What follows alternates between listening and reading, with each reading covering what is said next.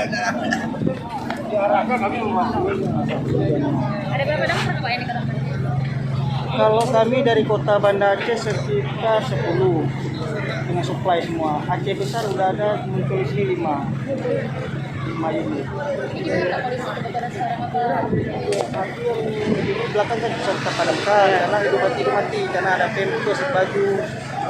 Jadi kurang efektif mati yang langsung padam ya. Dia akan muncul lagi. Orang yang cepat belakang hidup lagi. Jadi titik api Dari belakang gudang belakang. Dugaan awal nih karena penyebabnya dari apa nih Pak?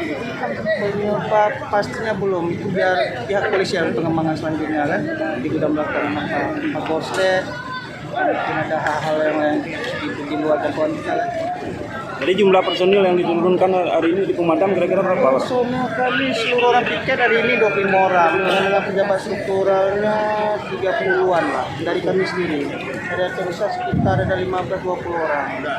Jadi jumlah mobil pemadam yang dikerahkan hari ini Untuk Banda Aceh 10 ini sama supply semua kan. Terbesar ada 6. Ini yang bantu kita. Ini bisa masuk.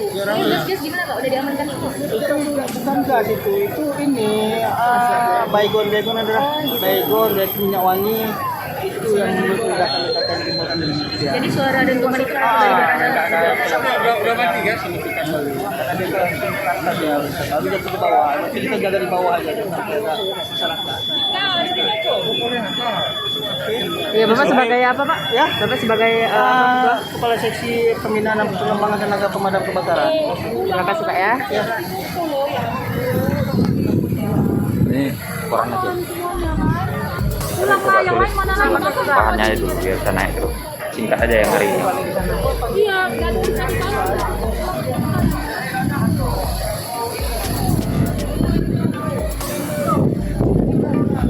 Baik rekan-rekan di rekan-rekan apa Koran Aceh.